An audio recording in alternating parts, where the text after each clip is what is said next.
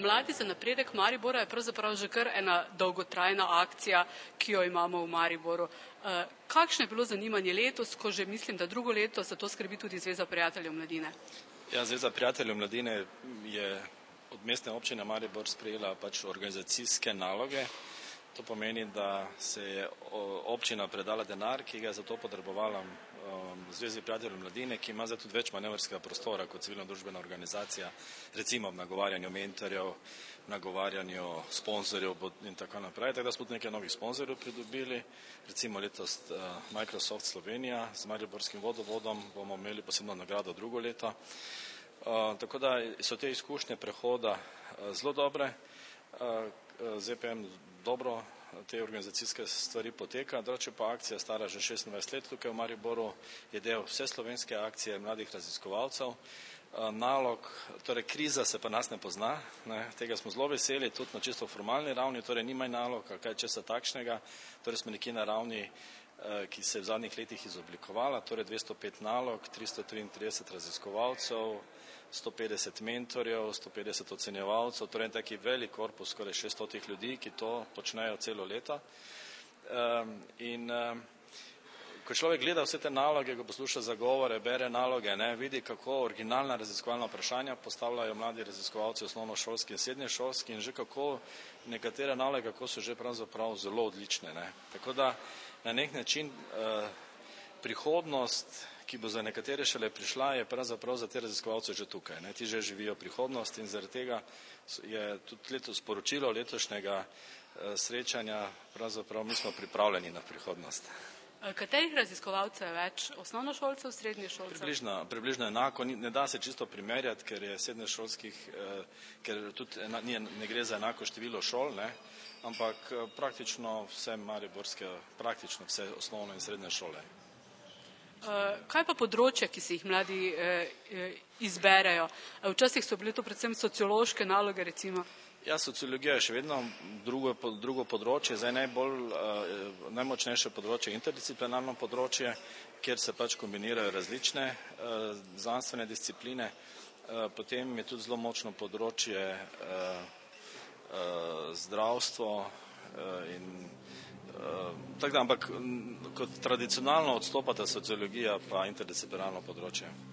So med nalogami, ki ste jih pogledali, tudi kakšne takšne, ki bi jih recimo mariborska občina lahko konkretno uporabila že? Ja, so, ampak tu so problemi s tem. V bistvu občina ni specializirana za prenos znanja v vsakodnevno življenje.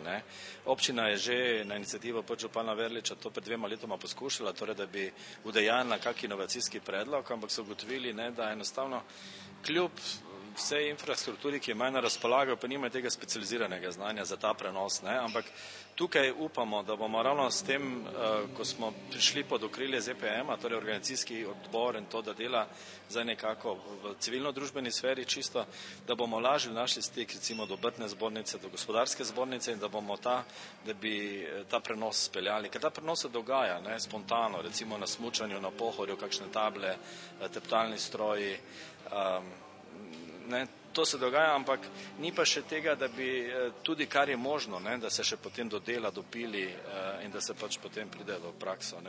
Tega še ni, ampak to bi radi naredili, ker to je izziv za naslednjih par let.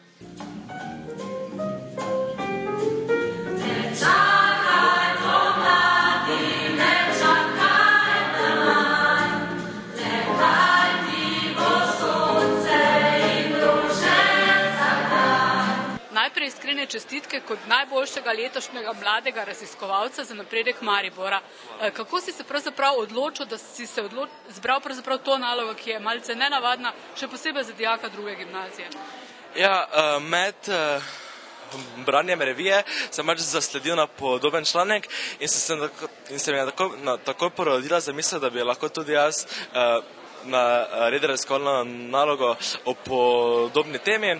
Na to sem se najprej dogovoril z mentorico, kako bi to bilo mogoče izvesti in tako sem čez počitnice tako začel delati eksperiment. To pomeni, da so bile tvoje počitnice bolj naporne kot počitnice tvojih sošolcev? Lahko bi tako rekli. Pa zakaj si se pravzaprav odločil za to, da boš primerjal pridelavo, recimo? Zdi se mi, da je problem prehrane v svetovnem svetu zelo velik, saj z naraščanjem svetovne populacije se ne dovolj hitro načne tudi pridelava hrane.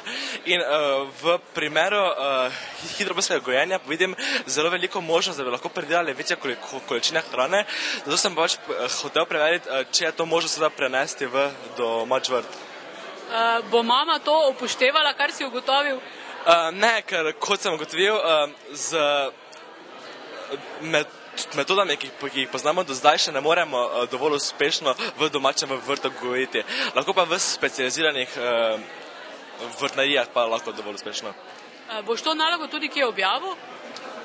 Mislim, da je že objavljena na spletnih straneh, da ne vem še. Da bo uporabna torej? Ja.